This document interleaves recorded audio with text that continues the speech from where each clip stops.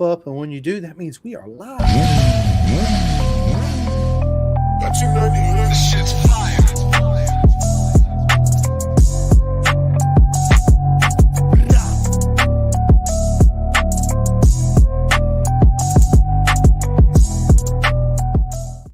What is up, everybody? Welcome to another live Pin the Gas podcast on this beautiful Sunday afternoon filled with proper mega racing. I hope you guys watched the BSB races, man, because it was absolutely amazing. But anyway, ladies and gentlemen, you guys know the routine. This episode is sponsored by Next Level Financial. Take total control of your financial future. Get your complimentary financial analysis today by Seth Starnes. And Rodney, I tell everybody this, and I've been saying it for a long time. Don't buy an off the rack suit, because when you buy an off the rack suit, it don't fit you. Well, 90% of us, it's not going to fit you correctly. When you have a suit with an improper fitment, it causes all kinds of riding issues, body position, style, do just everything, right? Do yourself a favor, go to bisontrack.com, sign up, get your suit started today. It's super simple. You pick the logos, the colors. Morgan is absolutely brilliant at what she does. If she'll design it, you change things, perforated, non-perforated, kangaroo, cowhide, undersuit. Dude, listen, gloves, and stay tuned because they have boots coming out too as well. So basically you can get everything, airbag, non-airbag, the whole nine. People, so go to bisontrack.com. Get that suit started today. But ladies and gentlemen, it's an absolute honor today to sit down with, and it's an honor also to call my friend with the legend, Rodney Vest. What is going on, Rodney? Hey, man, thanks for having me, man. I wouldn't be anywhere else right now, but thanks for having me. Dude, thank you so much. It's an absolute honor to be sitting down with you on the podcast today. And Rodney right here, he can contest because he's a bison rider too as well, right? Oh, yeah, man. Like we mentioned earlier, we spoke earlier, about 2.5 years they've made my suits, and I'll tell you, very, very custom suits. Mine are probably one of the most custom suits they make because they make me a Marine Corps set of dress blues, and they got to be perfect. They can't be off color. They can't be this, and they go above and beyond every track weekend. If I have a problem or I need adjustments or I need sewings, or that they will take care of you and make it right. I mean, they're awesome people, great products, and glad to be part of them as well. I'm glad to know them personally and on a working relationship with leather outfits and gloves.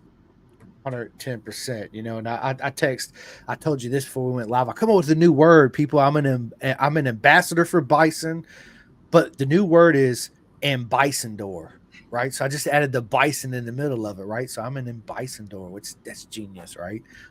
But anyway, yeah. Rodney, man, again, it's an absolute honor. We're gonna have so much fun. We're gonna sit down for about 45 minutes. We got a lot to talk about, so let's get into it, right, Rodney? So from the very humble beginnings, Rodney, how did you get into motorcycles from your earliest?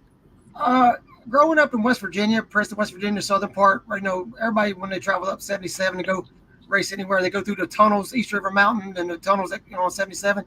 And I grew up right there in that town, and I bought my first street bike for $800 when I was younger, and it's an old tore up wrecked motorcycle that had a salvage title to it. I had two nickels rubbed together, but I put $800 together and bought it. And we go out there on Sundays and get to the bottom of the hill, and everybody put in $5, $10, and first one to the top of the hill on East River Mountain got the money. Now I'll say this is no different than motorcycle racing right now. I never got the money. You know what I'm saying? So I always spent money, but I never got it. So I got into that, and then throughout time and over time, and then about 2001, I had a Yamaha R1. I was living in Charlotte, North Carolina, in the military, stationed there, training reservists full time, and I was riding on the street, going these back roads and doing wheelies down the highway and just being dangerous, being young and stupid. And somebody said, "Well, why don't you go to race school?" And I was like, "What's that?" So I started looking it up and found Ed Bargy Race School in VIR. And I went up there and I bought I think a 96 GSXR 600 that was track day ready, and went up there and took my license. And I remember the first time that I was on the track, and I was like, "Okay, got it." And went out there, and I actually won the mock race at the end of the school. So I was, at that point, and I'll say it, that's how old I am. Matt Milan and them were the big dogs, and I thought I was Matt Milan. Matt Milan had nothing on me. So and I won the the rider school race, so the mock race, and then got into that and started doing that, and I started racing Weir that weekend, the same weekend. Got to wear the green shirt over your leathers. And back then, I used to have solo 20s. You run a solo 20 race, 20 laps, and it was a money race. So you paid $50, $100, whatever it was to enter. and then like top 10 places got money. And I remember going out there and I won $75. And I was like, man, this is gonna be easy. And that was in 2001. So I think before I got my next trophy was 2004. Right. It's not so easy, people. It's not funny you mentioned that, man. So I found my first road racing license, Oh 1990. man, Dude, look at that. Oh, when I was in Phoenix, Arizona. old school, old school. Yeah, man. I can't find none of my other ones, but yeah, it's when you say that, we're giving away our age, but that's okay. It's just a number. We're young right here, 110%. Yeah, I did the same thing, right? Dude, the whole squidding on the street, dumb, riding Yeah. wheelies, all that. Luckily we're here, right? But once you find the track, man, there's nothing like it. It's like the most beautiful thing uh you ever seen or done. You know what I mean? Yeah, a lot of people still ask me, Dave, well, what do you ride on the street? I said, I don't even have a street bike. And they're like, what do you mean you don't have a street bike? And I think right now, the number in the stacker trailer right now behind us, because we're on our way to Daytona, we're actually sitting in a Shoney's parking lot in Manning, South Carolina. We just ate the buffet in there. They had a hot wing buffet and a salad bar. And I love Shoney's. And it's my first job back when I was 16 years old, believe it or not. So I think my last count in the trailer right now, I got 8 bikes in the trailer right now, but I don't have one street bike. I love it, man. Dude, listen, our Shoney's shut down. We had one here in Roanoke, right off the interstate, actually, exit 150B or A, I can't remember. But it shut down, man. It's been a long time. I actually worked there in high school too, right? I Yep. worked at Shoney's, being a cook, back there cooking. Yeah, man, for sure. It's I like to cook though, Rodney, but that's a whole nother topic we'll touch on later. That's for the Yeah. track we're grilling out. Right, exactly. So that's how you got into motorcycles and into racing.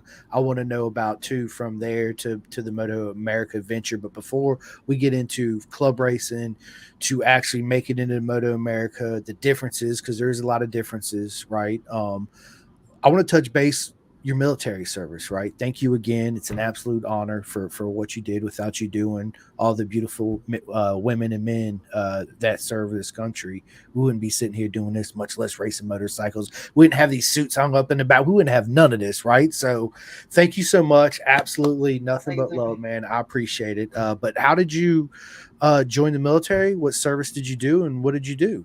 Well, I put a short story out there because you said 45 minutes, and I can talk about dog poop for an hour. I can talk about Right. anything. But back when I was in high school, we had a hostage situation in our high school well before Columbine and everything else. I was in 10th grade, and a kid walked in, 2 kids walked in with assault on 12 gauge and a 357, and held the class up, shot at the principal and teacher at Princeton Senior High School in Princeton, West Virginia, and I was in 10th grade. And long story short, about 2.5 hours later, about 5 something in the afternoon, evening, I tackled the guy and took the guns from him, and the cops rushed in and got him. So I became the hero of the year, state of West Virginia, in 1993. And so a lot of people don't know that. When we're sitting around the paddock, sometimes they'll make me tell a story. We're just sitting around drinking water, getting hydrated, Mick Ultra, getting hydrated for the next day, and I'll tell the story, and people are like, "What?"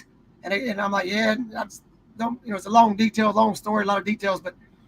After that, recruiters came out of the woodwork trying to recruit me to be in the Marine Corps. And I never wanted to go. The military didn't want to go. I opened my own business out of high school doing asphalt sealing work. I actually would come through Roanoke, Virginia and do a lot of asphalt work and sealing work. But I was young and dumb, and nobody really taught me how to manage money. So I was making a ton of it. But I would only work Monday, Tuesday, Wednesday, and Thursday till noon.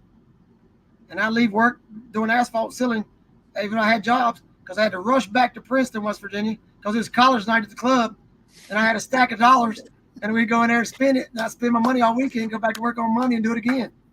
So come around November time, it's getting cold, and you're not doing much asphalt work in West Virginia.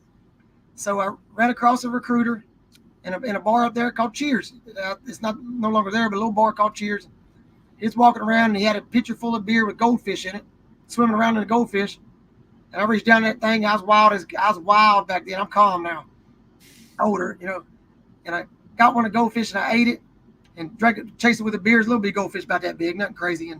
And he started talking to me. And one day I asked him a couple hours later. I said, "What do you do?" He said, "I'm a Marine recruiter." And I said, "Oh, I'd be a good Marine. Everybody's cocky back in West Virginia and the best of everything and can do anything everybody else does." The man literally looked at me and said, sniffed on me, said, "You don't have what it takes." So 22 years later, I was a Marine for 22 years. Dude, that's awesome. And what did you do in the Marines? You wouldn't make it. That's hilarious. So when you sign up on the Marines, I'll be the first to tell you, you get selected by how you score on the ASVAB test. Yeah. And I'm going to tell you right now, I'm a good looking man, but I'm not smart. You know what I mean? I'll tell you that right now. So of course I'm gonna get the bottom of the bottom jobs, but I actually got lucky, and I got into logistics, and I did logistics starting my whole career. I started in artillery, and I mainly were ground logistics. I did artillery, 2nd Recon Battalion, and mainly infantry battalions. And I didn't touch my first aircraft until I was an E8 in the Marine Corps. And I remember going up to it in Japan and put my hand on the front of F-18 and say, "Swinging with the wing, baby, swinging with the wing." But I'm going to tell you, the air wingers work harder and more hours than any other units in the Marine Corps. They work solid 24/7. They work their tails off in the air side. And a lot of people, they live a little bit better life as far as living when they go to the field, things like that. They're not carrying a pack on their back or something like that. But as far as work, you can't beat their work ethic. They are there all the time. If there's an aircraft down, and I actually end up working more hours when I was swinging with the wing than I did any other time. But so I got into logistics and did that my whole career, and got the opportunity to do some Navy time. As a Marine, there was 4 of us attached to the ship out of Norfolk, Virginia. Got to spend 2.5 years out of Norfolk, Virginia on a Navy ship, and I got to do some of the things with those guys. And being a Marine for so many years, I don't know how folks in the Navy do that for so many years, because I'm like, you get on that ship, and there's days you don't see daylight for days. And I'm like, oh, man, sleeping, taking naps, and doing this. And so it's rough. So every branch has its plus and minuses. They all work together. Now, if an Army guy came on RV right now, I'm going to crack jokes, because we can. But if somebody's ain't been in the Army or the Marines, comes in and starts picking on him, we're going to stand up together. That's how it works. You're right about that in the military, right? It's I was born in Norfolk, man, actually, Norfolk, Virginia. I remember my dad, the first aircraft carrier being on, my dad took me before he got deployed out for whatever, 9 months at a time, because he was always gone, doing the fighter jet thing. Yep. I remember how big it was, because you see him on TV or whatever, G.I. Joe and all this, right? So you got this kind of image in your head. Absolutely not. It's like a town on this ship. It's freaking, I loved it. Of course, I grew up in the Top Gun era, and that's what my dad did. So Top Gun's my favorite movie, right, of all time. I remember him taking me to the movie theater, watching it, and I was just blown away, because I as a kid, again, I kind of knew what he did, but actually seeing it on on this big ass screen movie theater, I was like, holy shit, Dad, you do this? He's like, yeah, man, that's what I've been, and I was like, whoa, dude, this is cool. My dad's the coolest dad ever. Oh yeah. Right. So was he did he really critique the part 2 of Top Gun? Yeah. Did he critique it really bad and say, you can't do that? Well, of course, pilots, they're just like everybody else. They're going to be like, yeah, absolutely not. You can't do that shit, and all blah, blah, blah. But yeah, it's fun hanging out and growing up with them guys back in the day. Rowdy, cussing.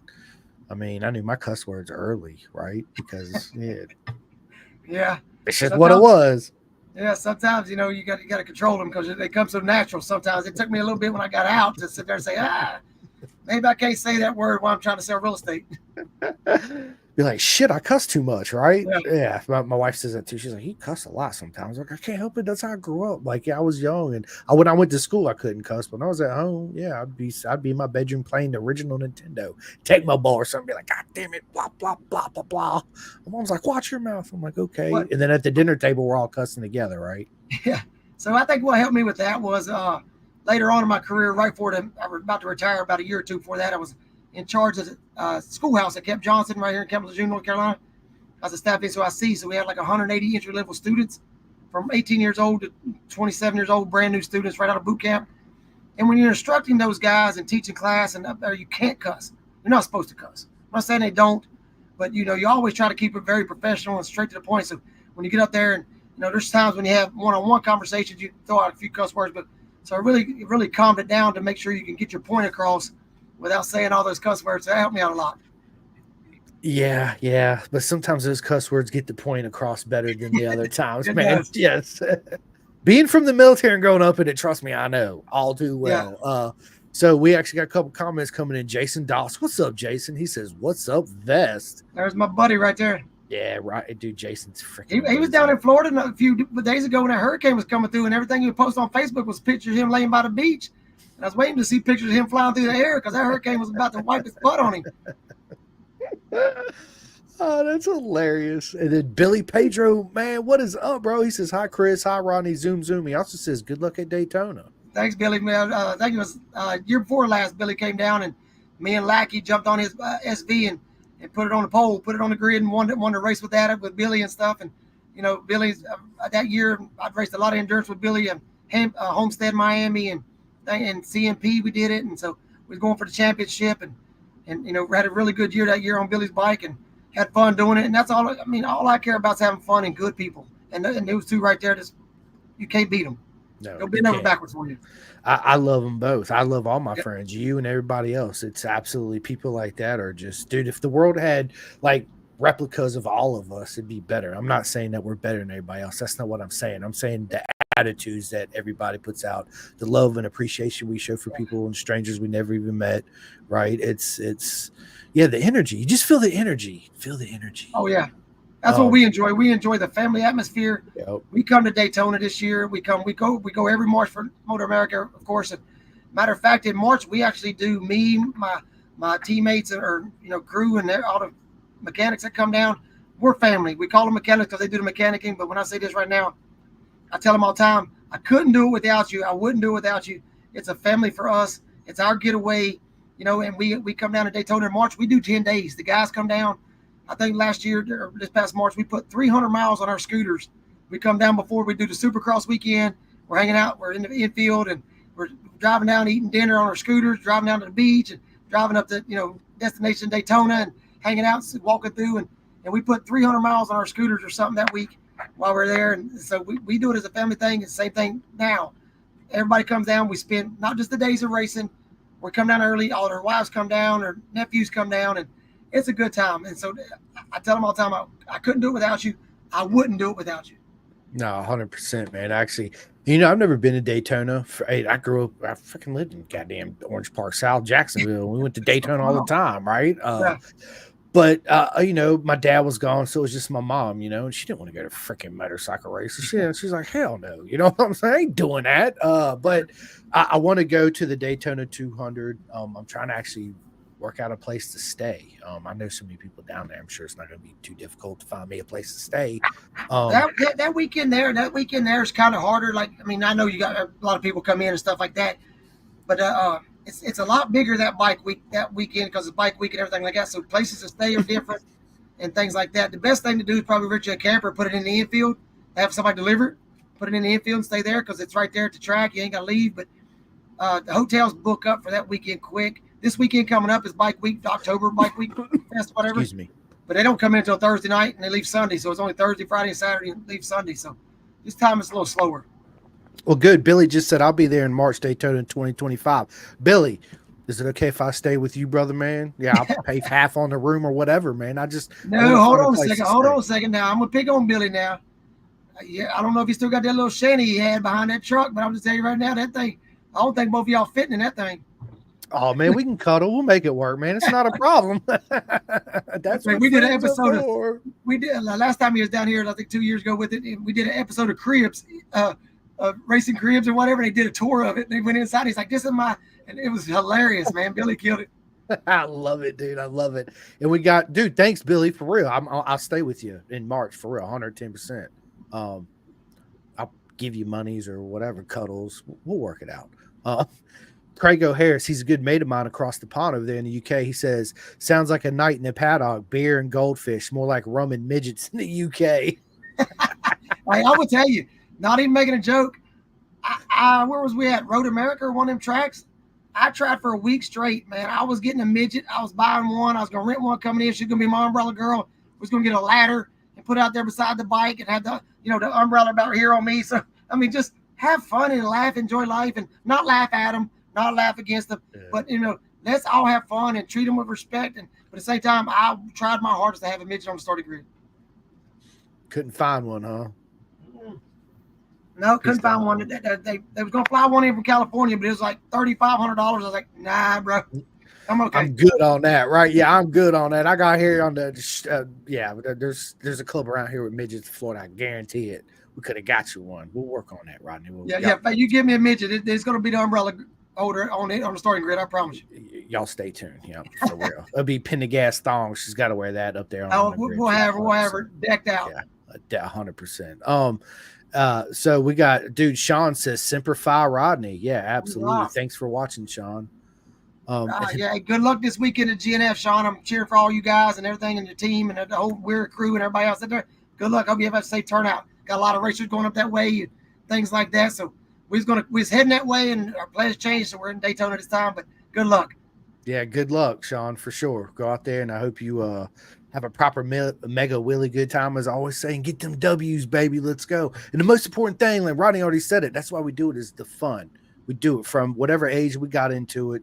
It's the most fun experience we've ever had, still to this day, and nothing's ever replaced the feeling of freedom and just, man, it's really hard to explain the whole freedom and how it makes you feel, right? And then Corey, Billy says, I'm bringing a bigger RV. Billy, you already know I love you. Thank you so much. You got it. Get in there quick. I'll see you in March, dude. Straight up, dude. I'll cook for you every night. I'm checking every day if I can log in and reserve an RV spot for the infield already for Motor America. I know that's right. Corey, what's going on? Corey Hart says you better tell the Indy story. Now I got to know the Indy story, Rodney. Rodney's shaking his head like, I didn't even know you was on here, Corey. What you doing on here, man? Thank you, Corey. So a few years back, probably 2020, 2021, when COVID hit real hard and they was coming off of it and stuff, Motor America raced Indy. And it's always like, okay, let's go. And so Corey and I was together there. It's just two in the pits and everything else. And Corey done a lot of work on my bikes, man, and been over backwards and stuff. And set everything up. And Corey's fast. He's short and ugly, but he's fast. But he, and so we'd help each other out, and he would do most of the work on a bike. And I remember going up to Indy, and I'll tell you right now, I hit that fescue grass. That was fescue. I know that's what it was because I hit grass before, and it wasn't like that. I hit that fescue grass, and as soon as you hit that grass, it hurt. And I crashed twice that weekend. And the last crash I did is right before, I think it's qualifying 2, right before we go out for race 1. Or something like that, and I crashed. And there's live video of it, and Roger Hayden's on there talking about, oh, we got to ride her down, and man, I'm laying there catching my breath. I can't breathe, and the wind's knocked out of me. And if you've seen it live, you'll be like, that was just a little fall over. But it's that fescue. Once you hit that fescue, you're done. Them tires don't hold up on that. And I hurt and I ached and everything else, and I was laying there, couldn't breathe, and they're coming over to me, and hey, are you okay? I said, leave me alone. I couldn't talk, and I remember coming in, and they made me go to the infield care center there because they have a really nice medical facility there. And I remember Corey coming in. I was like, did you crash too? He's like, no, I'm looking for you. I had to go get the bike to make sure it didn't, go disqualify in case you made the grid. I said, I ain't care if I make the grid or not. I'm not racing here. I won't race again. I crashed twice in one weekend. You can keep his place. And I said, I loved Indy. I got to kiss the bricks, but Rodney don't like that. I don't like Indy. I've been to every Indy race except for the last one, and when MotoGP came, my aunt actually lived 25 minutes from the actual track. So it was Indy was a different place, man. It was the vibe of the whole track. It was weird, man. I love seeing the history of Gasoline Alley and being there. That was really cool, and the original bricks and the layouts and all. But it was just, Indy was just different, man. The whole vibe and the layout of the track wasn't really that great. I mean, let's just be honest. I'm not talking about shit. It just, I am. It fucking sucks. It did. The layout sucked ass. It was, it was just too makeshift. It was, But anyway, I didn't feel that bad because I only crashed twice. But I think that weekend, Cam Bobier won him when he was over here running and winning everything. I think he crashed 3 times. Yeah. And that's the same weekend Matthew Scotes crashed and he broke his leg, and they put him in a Corvette to get him back to the pits. You're right. I remember. But one thing that Indy stood out than any other racetrack, if you ever had the chance and the privilege to go there during Moto America or MotoGP is when them guys are lined up on the grid, the glass buildings right across, Yes. and you look left and you look right, and it's just like what seems goddamn miles of freaking bench seating goes all the way around because it's an oval, right? They just built a little infield off one of the main straights. But when they pin the gas and they dump them clutch, man, it is one of the most beautiful things you ever hear because of the way it echoes off everything, and the sound just like it sends this ripple. It's like if you this is my best way. You drop a pebble in flat water and all the ripples just that's how the sound carries. It was That's how it was at absolutely Coda a few weeks ago. The first time at Coda for me, and that's how it was when you're going down the front stretch. You had stands on both sides up with people sitting in the stands and flat buildings. Coda was nice. Yeah, Coda's an amazing track too, right? Oh yeah. Thank you, Corey, for mentioning the indie story. That's great, man. That's great. Craigo says, getting late here, gonna head down. Loving listening to Rodney's energy, really giving me the Hopper vibes. Going to leave the stream on, probably laugh at the stories I can tell we're going to hear. Yeah, absolutely. Oh Lord, Craigo. oh Lord, I can go all night. Dude, stay tuned, dude. Just stay tuned, brother, man. And then Billy says, Corey and Rodney sing this great Luke Bryan song, Catfish Dinner, LOL. Well, cool. In March, we're going to do some karaoke in for sure. Yeah, well, I'll do it every day. My go-to now is Prince, Purple Rain. Every Thursday night where I live, we have trivia upstairs at the restaurant, and then everybody walks to the local tiki bar about 8 minutes down the street, and the karaoke night. So I walk in, they're like, "You ready?" And they play Purple Rain, and I tear it all to pieces. I kill it. I'm jacked up, and everybody loves it. He's like, I straight murder it, right? Yeah, dude, that's awesome, dude. So listen, Rodney, let's get back to motorcycles, right? You started doing a bunch of track days, and then what inspired you to do Moto America? And once you finally transitioned into Moto America, was it hard for you to make that transition because it's a lot more strict, obviously the time constraints and all that good stuff? I really didn't do many track days coming up. I got my license on a Friday and raced Saturday and Sunday, and kind of just fell into the racing scene right up the thing because I was already riding on the street, touching knees, and thought I was fast, and stuff. So I would do some track days back then, a whole lot more than I did now, like a Friday practice or something. But I went straight into the racing scene with Weir. I stuck with Weir and Sean. I mean, Sean was on here, and he come up.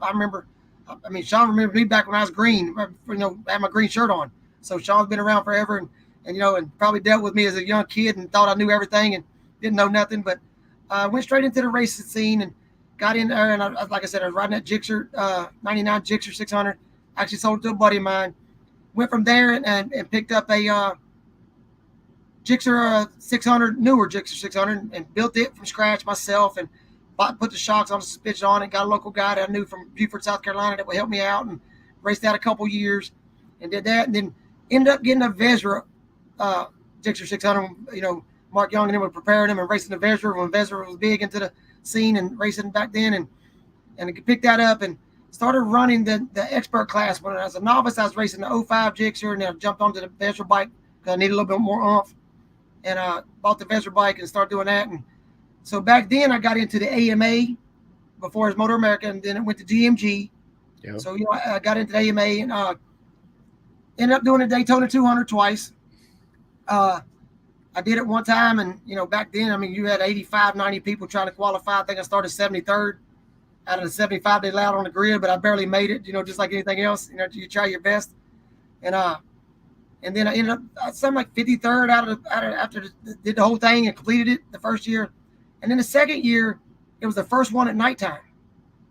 The first Daytona 200 was at night, and we did it. And I went out there and I blew up on lap 7, coming onto the turn 1 out of the infield, and it blew up, and it was just misty, and so I just blew the motor, and we was out for the night and hung out and did that, and then hung around and did some more weird stuff and some AMA stuff. Did some Barber Motorsports Park and with AMA and did that and had fun doing it, but I still stuck mainly with the weird stuff. And I do the CCS stuff if it's local, and did that. And then back then, in order to get an AMA license, you had to run so many races as an expert and get points. And I think somebody quote me if I'm wrong. This is what I remember. My memory's not too perfect, but I think you have to have something like 300 points. And as a brand new expert, I'm going to track after track, back to back weekends just to run to get points. Because if you won the race, which you're not winning the race back then as a brand new expert, you only got 15 points. If you got 15, you got 1 point. So it took a lot of races to get 6 points here, 8 points there to get a 300. And you had to submit an application to WIRA, an application to CCS, document all your races. They had to send it in. They sent it in to AMA, and AMA like, okay, we're gonna give you a license.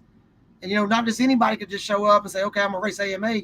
And that's back when you had Matt Millad and Ben Spees, the heavy, and they were pulling in them, $1 million Prevost RVs, and I'm down there with a U-Haul trailer behind mine, barely making 2 nickels to rub together to buy some tires.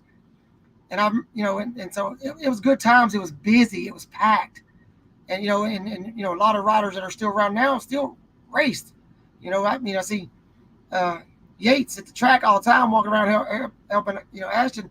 And I'm like, that dude is so famous and so history. And people walk right by him. I'm like, but do you know who that is? Dude, I tell everybody, I'm glad you said, I tell everybody when I'm there, I'm like, dude, do you realize who that is? And they look at me, they're like, no. I'm like, bro, you're not a fan of the sport. Like, how the fuck don't you know that's not Aaron Yates? You kidding me right now? Like, what are you, crazy? And they're like, who is Aaron Yates? I was like, bro, dude. We was at VIR probably 2 or 3 years ago doing AMA, and we rented one of those rooms above the track, above the garages. Yep. Hotel room. And we walked in and checked in. There's a picture of Aaron Yates laid over at VIR on his motorcycle. And I seen him, he was pitted like 2 down from me. And I said, I just want to let you know the hotel room up there has a photo of you. He's like, really? And he went up there and looked at it. And, it's like, yeah, we talked for a minute, but that dude's famous in history, He's an absolute legend. I was a huge fan. Actually, it fell off the wall. I'm actually doing some rearranging here, but I got an Ashton Yates on the Muzzy Kawasaki sign poster. Dude, yeah, I've been a huge racing fan. I got an old 99 Ben Bostrom on the Vincent Hines Ducati sign, Aaron Gobert, Anthony Gobert. It's all right here signed. Yeah, it's I say that when I see the past legends of the sport in the paddock, when I bring friends or I, meet people, I'm like, dude, do you guys know who that is right there? Like, no. I'm like, dude, you need to go. That's who you need to go get a picture with. A quick story about me. Like I said, I didn't have 2 nickels rubbed together. Barely making the track. Just me and one other person doing AMA. I think it was Road Atlanta. And back then, they up on the hill, they had a big tent set up, and it was an autograph session. Everybody had to show up. If you was a rider, you had to show up, or it was a fine. And so I had to go up there, and I'm nobody. I don't have posters to sign, and we didn't barely had gas to put in the bike. And we're sitting there, and AMA, the director made a big long cafeteria line through these tables, and you go over and just find your name and sit down. So I go over and I get there early because I didn't want to be in trouble. I didn't want to fight. I couldn't afford it. And I sit down, and all of a sudden they start coming in, and all the riders start coming in, and it's Matt Millad sitting across from me, and it's Jamie Hacking sitting beside me, and Roger Hayden sitting beside him, and Kawasaki, and then you had the Honda guys over here, and on the other side of it. I'm the only one right in the middle of all these factory guys. I don't know how I got there, but I'm right in the middle of it. And so I'm sitting there, I ain't saying a word, right? I'm like, shut your mouth. Never miss opportunity to keep your mouth shut. That's right. That's right. So Hacking and him are over signing their autographs before the people come in, so they can hand them to them and go. And all of a sudden, Jamie Hacking looks at me and says, "Who are you?" And I said, "I'm Rodney Vest. I'm going to win this motherfucker." I swear right to him. And he's like, all right, he high-fived me, and it's like, and we just started talking and cutting up, and Roger Hayden was sitting beside him. He started laughing, and again, I didn't know what to say to these guys. I was like, what else am I supposed to say? But I ain't come close to winning it. But at least they thought somebody was going to pass them, because it wasn't me. It's fucking hilarious. I love that story, dude. So Corey says you would need a whole podcast of mine and Rodney's story. Well, listen, I tell you what, we should do it. Let's line that up. We'll get you and Rodney on here, and we got a ton of. Dude, we'll do like a 2.5, 3 hour slot. We'll just sit down and just do what we're doing right now for sure. But just so Corey knows, I still got the lunchbox in here, and I use it every weekend. Bro, there you go, Corey. There you go, right? I'm sure there's a story about that too, for sure. I'm 100% guaranteed. Oh, man. So, yeah, dude. So, Rodney, me and you actually met, of course, at Moto America. And every time I'm there, I text you or hit you up, hey, man, I'm here. Where you at? And I come by and see you and say hi. And it's always an honor to see you and hang out. And then I remember at Road Atlanta, I think, is when we first met. I'm pretty sure. And I was hanging out with Ryan and David and Erica, right? Oh, yeah. And great people. I love them. And he's like, yeah, Rodney, down there at the bottom of the hill. As soon as you walk down the bottom, he's got this generator. You go down there and help me get it, right? And I'm like, yeah, sure, let's go get this generator. He didn't tell me it was the freaking biggest goddamn generator you can get, right? And then we had to lug this thing up that hill. Yeah, it was That is a haul. it was definitely a haul. But it worked so good they went out and got one the next weekend. I promise you that, because that generator's the money. Right? Yeah, it was a 9500 series something. It was a freaking quiet tank. It was a tank to pull up that hill too, man. Straight up, man. It really was.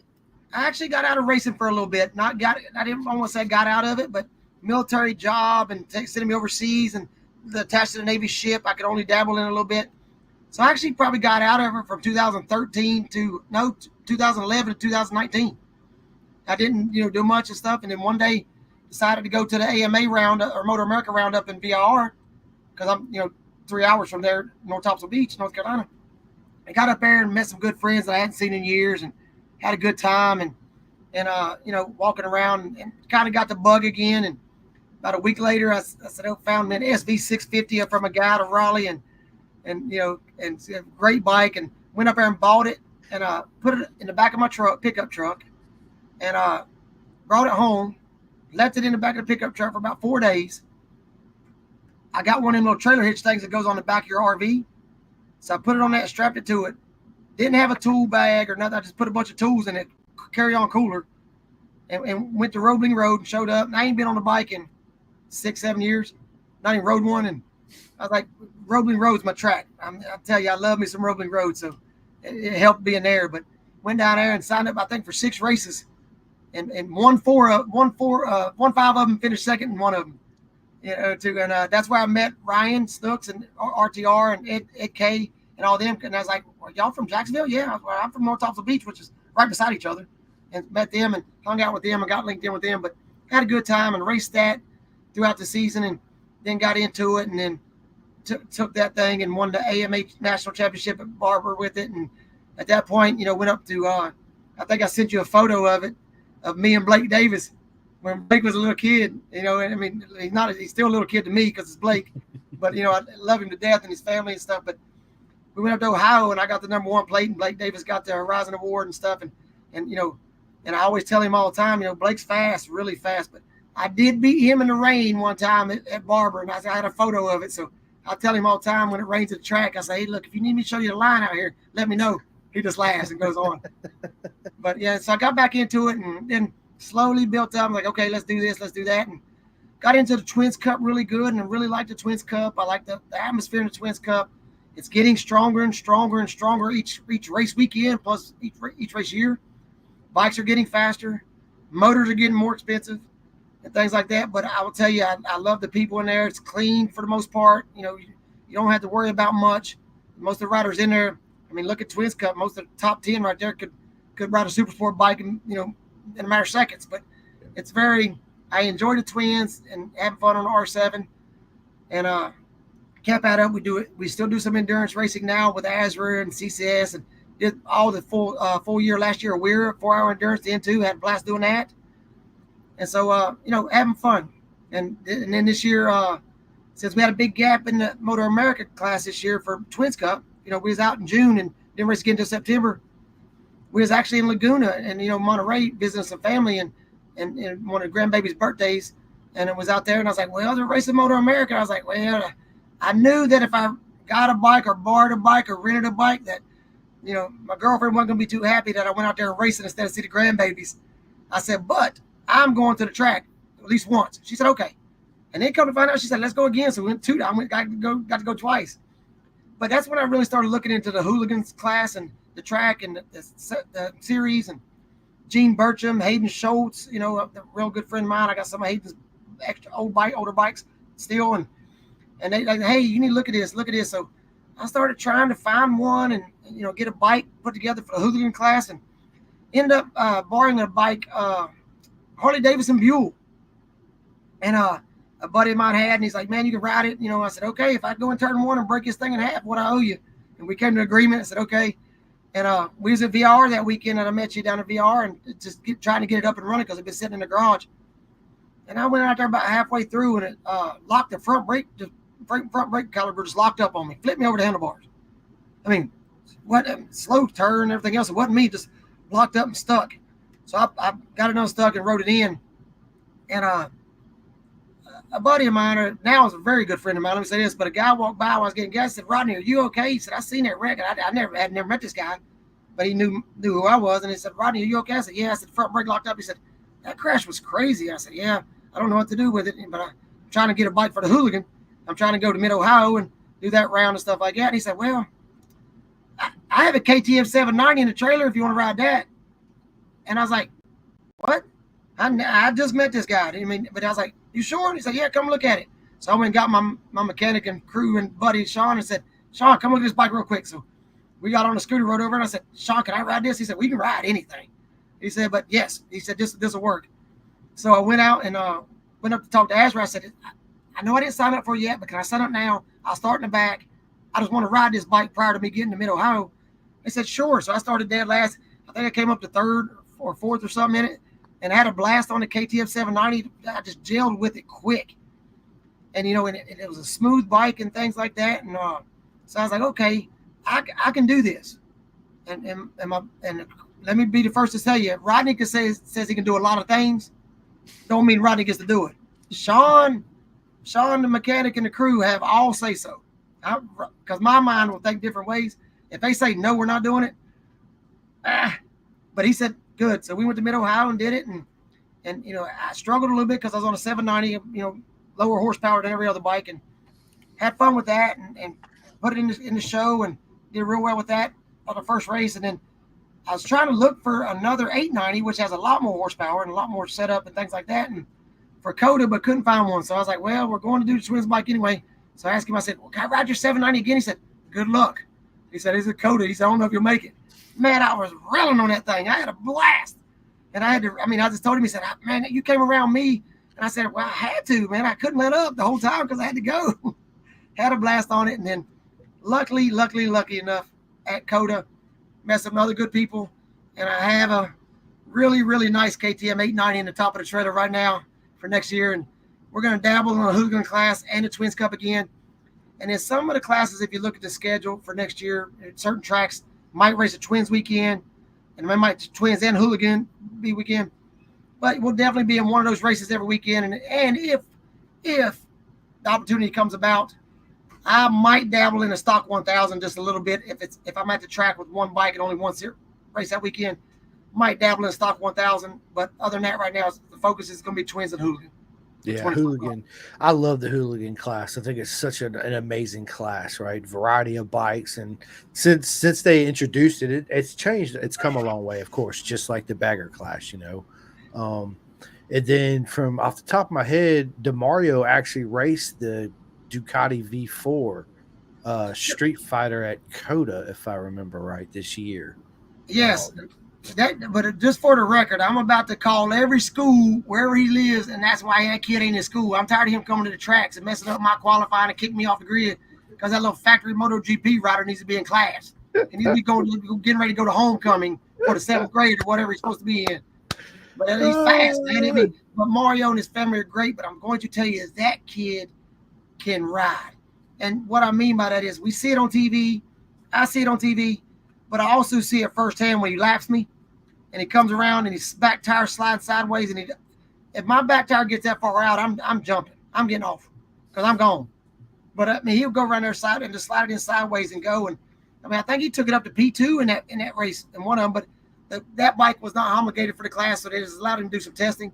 So he didn't get to P2. But I think there's going to be some changes coming for the hooligan class. I don't pay much attention to those. I know my 890 qualifies and my bike is where I need to be, but my team and everybody on the team knows how to look at the rule book. Rodney just rides because if Rodney had his choice, I'd show up on the starting grid and my motor blah blah blah blah blah blah blah. I'd purge a valve of nitrous on the starting grid because I'm old, man. I need everything I can get. I run a Hayabusa motor in my R7. I don't care. Oh, I love it, man. I love it. Yeah, you're right. DeMario is man, he's an absolute legend. He can freaking absolutely ride. And I love that kid to death, man. Family's great too. His family's always smiling. Every time you see him, they're always smiling. Mario, yes. Yeah, it's an honor to be part of the DeMarios too. They're just exceptional human beings like everybody else. There's my Yeah. main man Max. Come on there, do work, Max, do work. Dad, Max, what's up? Do work, baby. You already know. You already know. Well, listen, man, dude. Listen, we're 45 minutes in this. I know I said we was going to stay at 45, but we ain't even got to the second part of the podcast yet, which we're getting ready to get into right now, which is the personal questions, where we get to find out more about Rodney Vest, where we're away from the motorcycles and all that stuff. So you guys stay tuned because there's definitely going to be a part 2 with Rodney. Where we're going to do more in depth on his career and all that good stuff. And yes, I'm going to get Corey and Rodney on here together, and that dynamic duo is going to be that's going to be a long one, people. So we'll have to book that and sit down for 2 or 3 hours and just do what we do best, right? Corey says, what happened to being crossed up sideways? I tell him all the time. I say, Corey, you better watch out. I'm gonna come around you sideways, crossed up. I'm like this with the front air in the air, like that, crossed up sideways. And he's referring to back in New Jersey a few years back when Rocco was running for the championship and running real strong. And Corey and I went out and practiced one. And you look at the results, because I probably have them framed on my wall somewhere. And it was kind of damp, not raining, but damp. But Corey and I went out on rain tires, and we came out of P1 and P2 and 3 in position. And we thought we was fast, but on the first lap, because I'd never been there, and right before you go through that little back section back there in the kink, right before you come on the front stretch, I missed that whole turn right through the mud and everything else. I was crossed up, everything, mud flying everywhere. I went straight off the track. First lap, and Corey behind me laughing. And so, yeah, I tell him I'm crossed up sideways. I love it, dude. I love it. I love it. Corey, reach out to me, man. Hit me up on Facebook Messenger. So obviously, one of my questions, I'm a big pet person. Do you have any pets? We already know you do because we see them. But let me ask you this, Rodney. Do you actually have names for your bikes? Do you actually name your motorcycles? No, we got Motor America A and B, Hooligan, Twin, or Hooligan or Endurance bike. We do have one bike. And, we miss him a lot when I say this. I mean, not having to him, but, you remember Jason Madama. Mm-hmm. A couple years ago at Barber, I had a stock FZ07 in there, and he came to Barber and raced it stock. Hear me out when I say this, stock. I'm out there needing every bit I need. And Jason took that bike and put it in P10, and so we called it the Madama bike. So that's the one that had a name to it. We called it the Hammer bike. We called it the Hammer bike, and that matter of fact, I just sold it about a month and a half ago too. They picked it up Mid-Ohio, but it was called the Hammer bike. The rest of them are Motor America A and B, endurance bike, and things like that. And then I got one old 1969 motorcycle that was my granddad's back when I was a kid. It never came out of the garage, everything else, and we call it Grandpa's bike. That's it. The rest of them, yeah, there's bikes. I don't fall in love with them too much because I never know how long I'm gonna keep them. Yeah, I always refer to them as women. Motorcycles are just like women, right? They're oh my gosh, she's so beautiful. I gotta have her. Let me ride her, right? Then you see another one, you're like, oh my god, she's drop dead gorgeous, right? I gotta talk to this one. Yeah. I will tell you this right now, just for the record, I hope my girlfriend's back here sleeping. I've lost more money on women than I have motorcycles. I'm telling you that right now. Bet you on that. Facts, right? Hey, She's like, I heard that. I did. I heard it. That's what I said. I just heard that. That's awesome. Oh my god, dude. So let me ask you this: what is your ultimate dream car, Rodney Vest? What is your ultimate dream car? Car? Mm-hmm. Man, can I flip it up a little bit? Because I really don't have a dream car. Okay, but I do have a dream vehicle. Okay, what's the vehicle? A Prevost RV. And again, let me just say this right now: Rodney is not sitting on Prevost money. But I'm going to tell you right now, I think the RV I'm in right now is probably my 5th or 6th one I've had in my whole life. I slowly get this one, buy it, sell it, get it, this one, get that one, step it up a little by little. And I got a very, very nice RV right now. No complaints at all. But I'm going to tell you, when you walk in a Prevost, I mean, I love RVs. So when I go in Motor America and I see RVs, I'm like, oh, look at that RV right there. And I take tours of them. And, they're like, you need parts for a motorcycle? No, who made this RV? And, and I'm like, can I guess the price of it? You don't have to tell me and everything else. I did a tour of one Laguna. It wasn't even a Prevost, but it was custom made. And, man, I was like, okay, 1.8 million. He's like, it comes to like 2.3 million, but everything in there was custom. And I love good RVs. But as far as a vehicle, I'm not sure. I really don't have a vehicle. I mean, shoot, I have a 2008 smart car that goes in the bottom of a race trailer, so we have a car to get around when we go racing, and have a Ford F-150 pickup truck. And so cars, no, but an RV, I like to shoot for that goal so I can reach a goal. Yeah, no, that's awesome. I love it. Everybody's got their own unique story and answers to everything, right? That's what makes us individuals. You know what I mean? Do you watch the Isle of Man TT at all? Are you a huge fan of the TT? I watch it. I watch the highlights of it, the tips of it, and everything else. But I will tell you, my whole team has been over there. They go over there every year. Joey O Racing goes over there every year. They sit there. They get the same hotel. They send me videos from over there. But, I mean, we watch it when they're over there. But I've never been. And I'll just tell you right now, I don't care how much money somebody's paid me. I would never ride it. I don't care if I finish dead last. I wouldn't make it past the first bar before I wound it up sending it through the neighbor's house. I don't have it in me. So, I hit enough stuff on the big tracks, much less the small tracks. Well, good, dude. Next time we're hanging out together, I need to talk to your crew because I'm a huge TT fan. Oh, yeah, they go every year. I definitely want to pick their brains for sure. Do you have any tattoos, Rodney? Yeah, do you have got any one. tattoos? Got one. Got a Marine one right here. Got it in 1996 in Coronado, California. That's the only one I got. Now, I will say that, and again, my crew and team has every say-so what we do and what we don't do. And so my crew chief and head mechanic and head say-so guy, Sean, says, we'll never race the hooligan class. That is not a professional name. That is just a professional organization. So me, I had to go above and beyond. So when I talked him into it, and he said, I'll race whatever you want to race. I agree with it. He's actually, just for the record, just picked up 892. So he fell in love with it. But I went and got these fake tattoos that said hooligan for life. And so when we was at one of the hooligan race, when we first did it, I went and put it on in the bathroom. It stays on for like 7 days. So I have a pack of them back there. So I put one on my neck that said hooligan for life.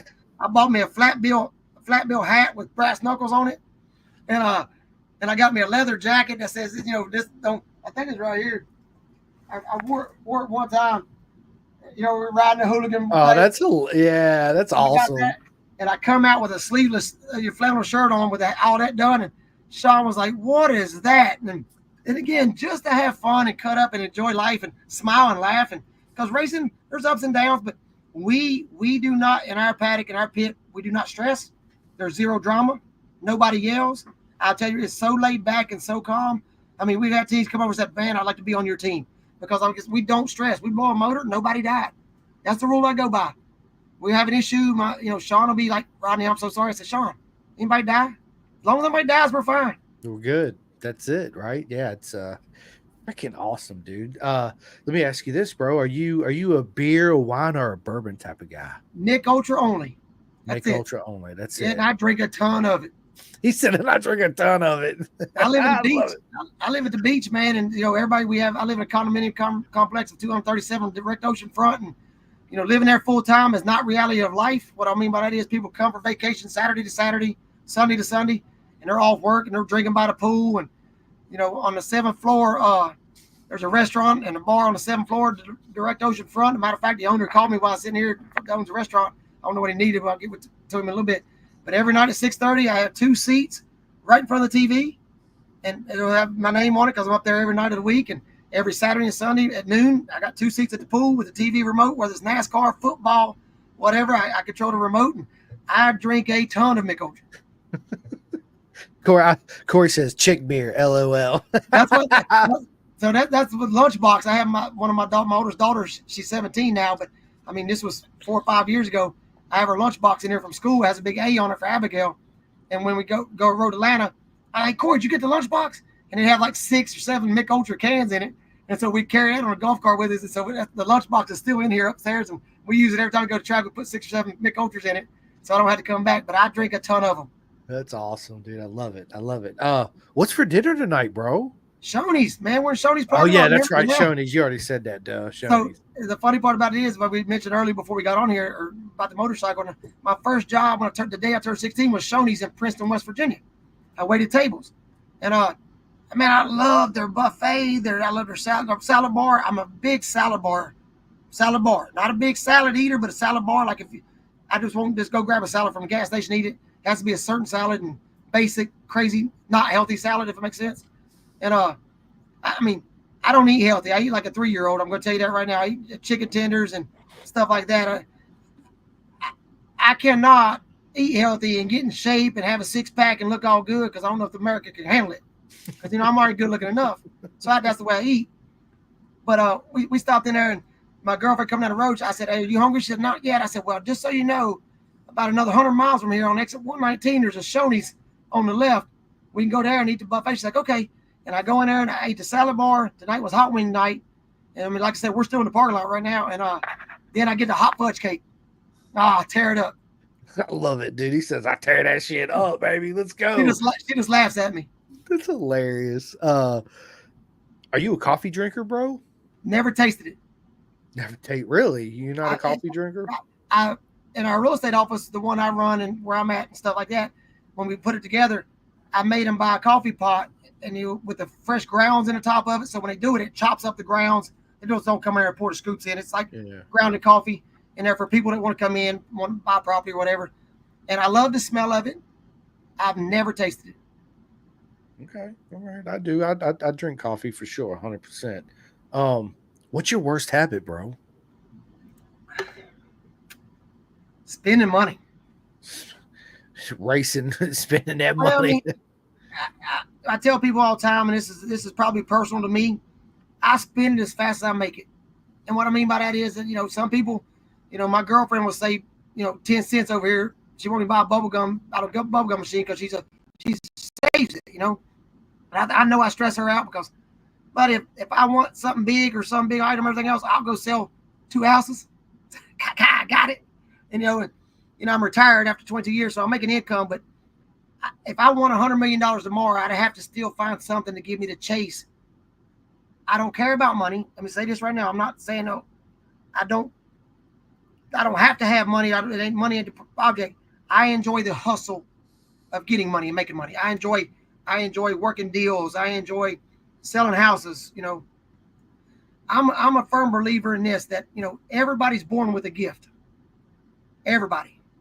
If your alarm clock goes off in the morning and you're mad to get out of bed to go do whatever you're doing, that's not your gift. I'm not telling you to quit your job. I'm not telling you to quit it, but you're born with a gift. And if your alarm clock goes off and you're happy to get out of bed and you're okay to go do your job, that's your gift. And I will tell you, I found my gift in the real estate. I really enjoy it. I enjoy the hustling. I enjoy the negotiation back and forth. I'm smiling and I enjoy it. And it provided me a very good lifestyle to this day. And so, I enjoy the hustling of money, but my worst habit is probably spending money. I love it, dude. Yeah. I love it. I love it. Well, on top of that, tell us something we don't know about Mr. Rodney Vest. Well, I told you I was Hero of the Year, State of West Virginia, 1993. We didn't kick into that too much, but yeah, that was one of the big things I did back in my life, and saved the high school from a hostage situation. And I mean, like again, this was the well before Columbine. I still go home to this day, not even making a joke, and I go home for Thanksgiving sometimes to go deer hunting. Go home, this deer season in West Virginia where I'm from, and I still go to bars and shoot pool with all the people that come home for Thanksgiving that went to high school with and things, and they're like, hero, and I'm like, bro, it's been a lot of years ago, Right. And but they still, and I'll be shooting pool with these young guys, and this guy will come over like, do you know who that is? So that's one of the things that that's probably a big thing that happened in my life as a kid, and I couldn't imagine what would have happened if it had been my kids in that classroom, So that's one thing that for the followers that are on here that started and they're just joining up. That's probably one thing a lot of people don't know about me. And one day if you're sitting around the track or you're bored or whatever, and you're in the pits or whatever, and even time you come by the RV and you want me to tell it, it's a pretty good story, but it takes a while to tell it. Well, we'll definitely save that for part 2, 110%, because I definitely want to hear the whole thing, man. It's absolutely amazing. Not only you did what you did, but man, to have the balls to do something like that, it's very commendable for sure. It's funny you say that. When Virginia Tech had that massive shooting up here, my cousin had a construction company, and they actually went in there and overhauled the whole thing. So yeah, it's crazy, man. I listen to a lot of audiobooks. Rodney, is it? Do you listen to any audiobooks? No, He and said flat out no. so I'm going to tell you. We talked about it several times. We got busy and everything else. This is my first podcast I've ever been on. The first one I ever joined and listened to was with you and Kevin Rodeo. Again, Kevin Rodeo is big to me. Great people, great heart, his whole family. And as I chimed in, I had a couple comments in it. And again, me and Kevin could have picked all day and laughed back and forth. But that was the first podcast I ever did. And as soon as I got off, I was like, I like that. I mean, I enjoyed it. And I will tell you, when we pulled into Shoney's day, I am not very good with computers. So I needed Chrome, and I didn't have Chrome on this laptop, so we're downloading it. I'm getting a Starlink up so I can make sure I don't have a bad reception, and sitting there and I'm downloading, and I'm like, oh man, I don't know. That's why I wanted to log in early, but I can't link this computer right here to a Wi-Fi. But if you want me to drop a bomb from an F-18 to somebody's mailbox, I'm your dude. You want me to shoot somebody with a 50 cal, for a long distance away, I'll probably get them for you. You know what I'm saying? But as far as linking a podcast but as far as listening to any audio books or anything like that, I think I've done it one time. When I used to have them books on tape or whatever you listen to going down the highway, it was cool. But even reading, I probably read 5 books my whole life. I just not a big reader, and don't dislike it. I just don't choose to do it. And I'm not clowning anybody that does, but at the same time, I can barely spell my own name, much less read books. I feel you on that, brother, man. I'm not the best speller in the world. Every time I go to schedule a podcast, I'm like, can you spell your name for me? And they kind of look at me. I'm like, bro, I'm just not the greatest speller in the world. I don't want to fuck it up, right? So yeah. Oh yeah, Bryce. Philip Hart, what is up, my man? Philip Hart, what's up, guys, dude? Absolute legend. His daddy made my first pit shirts back in early 2000s. Really? Philip's dad made my first pit shirts. That's what he did on the screening company. And his daddy was fast back in the day when I was coming up with him. I had to race against him. His daddy had some wheels on him. That's awesome. Philip told me that his dad raced and stuff. Yeah, I reached out to his daddy. Yeah, so. Really nice guy, really nice family. All of them really nice. Always been really nice. And then we got my man. 20 years. Yeah, that's the thing about our people, right? It's nothing but love for everybody in the sport. It's amazing. Jules says, what's up, Jules? He says, Mr. Vest was the first Moto America rider I met in Moto America in New Jersey. And then he says he remembers asking you about the aerodynamics to your SV, and you said, I just turn the key on and go, throwing these big words at me. That is not a joke. And if my team was on here right now and crew was on here, they'd tell you the same thing. Rodney just goes. And I've got to a point that I will say for anybody out there that's surrounding herself or trying to get into this, if you surround yourself with good, knowledgeable people on what to do, they'll make you go faster. And my team and crew and Joey O Racing and Sean Osowski and all of the brothers and the family, even the wives that come with them, make me go faster. And I mean, by just cheering for me at the fence and everything like that. But I used to just get on the thing. I wouldn't turn the suspension knob all weekend. I'd just get on it and go. And I would override bikes that probably shouldn't have been overrode, and to keep them on 2 wheels. But now sometimes I go in the corner and I'm like, man, I'm looking off in the stars. I'm like, oh, there they are. I'm waving at them. I'm shaking my head to them because the bike's riding itself. I just got to give it gas. I love it, dude. I love it. What's your favorite holiday, bro? Favorite holiday? 4th of July. That's my wife was born on the 4th of July. That's something I never said. So yeah, that's my wife's birthday. That's probably just happened over the past few years. And we, like I said, we own the real estate company. We do real estate where we're at and stuff. And we host a 4th of July party at the resort I'm at. And I hope nobody in North Topsail Beach Police Department's recording this, but we go down to South Carolina and we spend several $1,000s on big fireworks show. And Rodney's pretty tanked up by the time the dusk is coming. And I'm out there with American flag coveralls on and, with a mullet and a lighter. We're lining the beach, and it's a grand finale for about 10 minutes of straight war. And about 2 or 3 years ago, I remember I light one off and took one to the chest. It hit me right in the chest. I was like, America! And had a blast. And everybody's like, people will come on vacation like, are you doing fireworks this year? I'm like, yes, we are.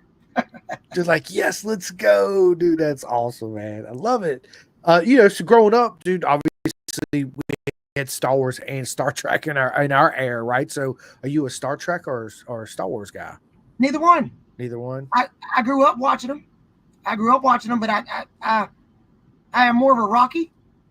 I like Rocky episodes, Yes. Rocky movies. Yes. Eye of the Tiger. The big ones. Apollo Creed. I will break you. Just good movies like that. But I did grow up playing with Star Wars. Had a Millennium Falcon, big old ship my brother had, and we played with it. And I got an older brother, that's older than me about 4 years, and he had the toys, and we growing up and stuff, and he But as far as the rock movies, it'd be Rocky. Rocky would be probably one of the big ones back in the day for me. Yeah, Rocky was a good movie. It's very inspirational. That, and I was like Rambo, right? Like, who didn't like Oh yeah, Rambo yeah, either, yeah. right? And freaking dude, Predator, the original Predator to me was one of my favorites too back in the day. It was such a good Now I movie. watched all those. I will tell you right now, I watched all those, but I can't get into like the avatars now and things like that. But I did really get in, which is off the scope of work for me and scope of what I like and everything else. The Game of Thrones. I Yes. could not. I Yes. could not stop that, man. I lay awake till 1 o'clock in the morning. Next episode. Next episode. And I binged it, man. And I loved it. I had a good time. And I also liked what's the one with where they cook the meth? Oh, Breaking Bad, bro. That's one of the Yeah, best ones that's ever made. yeah. Every RV I look at, I'm like, can I cook meth in here? You know what I mean? I want to hang out with the young guy. He was wild. Yeah, he was wild. Yes, dude, absolutely, man. So listen, dude, we're like almost an hour and 7 minutes into this. I'm gonna save the rest of it for part two. But my last question for you before everybody gives their shout out is, what advice would you give to all the up and coming future riders of our sport? Find somebody, ask questions, ask questions, ask questions. Don't spend money first. Ask questions what to do. And I'm a big, huge. Matter of fact, I will not go on the track if it's not on there. If you're getting into racing and you're finding yourself out there, get you a lap timer. Get you the Solo 20 or Solo 2. I mean, get the lap timer on there. Start battling against yourself. Don't battle against another rider. You got red and green dots on the left and right. If you're seconds off, slower on that lap, I will not get on the racetrack unless one's on the motorcycle. And my team knows this. I don't care about nothing else. I don't care about the riders in front of me. I don't care how fast they're going. All I care about, if I got 5 green dots, I'm sending it. I mean, it's coming, and I will come down the front stretch. And that's how I get myself in the show. I battle against myself. Don't worry about what else somebody else is doing. And there's always going to be somebody faster than you. And many years ago, on the back of my leathers, they put Pac-Man was my nickname on the back of my leathers, and the C was a Pac-Man predator, and it was the multicolor like Valentino Rossi, the doctor, the different colors. And somebody asked me, said, "What racing?" I said, "It's like a game of Pac-Man. You just eat that dot in front of you, and then every now and again somebody eats you. You know what I mean? It just happens. You got always somebody gonna be faster, somebody gonna be outrun you, and you're okay with it. But get yourself a lap timer. Learn yourself, ride for yourself, ride as fast as you can to your ability, nobody else's, and you'll find that you get faster just challenging yourself instead of trying to keep up with somebody else. And ask questions, because I will tell you right now, there's nothing more humbling and satisfying to me and my whole team. I've never seen them do any different than somebody coming by and just saying, "Hey, do you happen to have this part?" I'm like, "Yeah, if you give me 5 minutes, I'll find it, or I'll Sean, if I got to do something, Sean will find it." Just ask questions, and we'll help you any way we can. We'll turn knobs for you and tell you, because some young riders chase things that they shouldn't even be chasing. Somebody tells them, "Oh, you need to go over and change this," but they don't know why they're changing it. So until you know the knowledge, don't change anything. Chase yourself and chase your 5 green dots on your lap timer, and you'll be a better rider for it in 4 months. Be Pac-Man. Yeah, Just like Bruce Lee said, be water, my friend. Be Pac-Man. that's it. There you go, man. Chase the dots, chase the dots. Well, listen, ladies and gentlemen, this has been an absolutely amazing time. It's an honor to sit down with the legend himself, Rodney Vest, and it's more of an honor to call you a friend in this short lifetime that we actually share together, man. But yeah, so listen, everybody, this episode will be out on Spotify and all that good stuff. You already know the deal. And if you have not yet, please go to Podbean and Spotify, hit that like and subscribe. It helps me out a whole lot. Thanks everybody that watched this podcast live. I love every single one of you, men and women. It's such an honor, all the love that I get from everybody. And I gotta say it all the time on my podcast. Thank you so much. It's an absolute honor, and I'm so appreciative of it. Big shout out to all my sponsors: Next Level Financial, Bison, Flying Eyes Optics, Chef Eats. I know you had some Chef Eats, Rodney, right? If not, I'm gonna get you linked up with Jeff, right? Because best meals and dude, listen, Chef Eats is absolutely amazing. Listen, 64-degree racing for my favorite two-piece undersuit. My mate, the clothingkings.co.uk out there in the UK. Everybody can go there and order my merch off the UK website. Yes, it's in the UK. They are absolutely amazing. So is his clothes. Listen, I know I'm forgetting everybody, but thank you.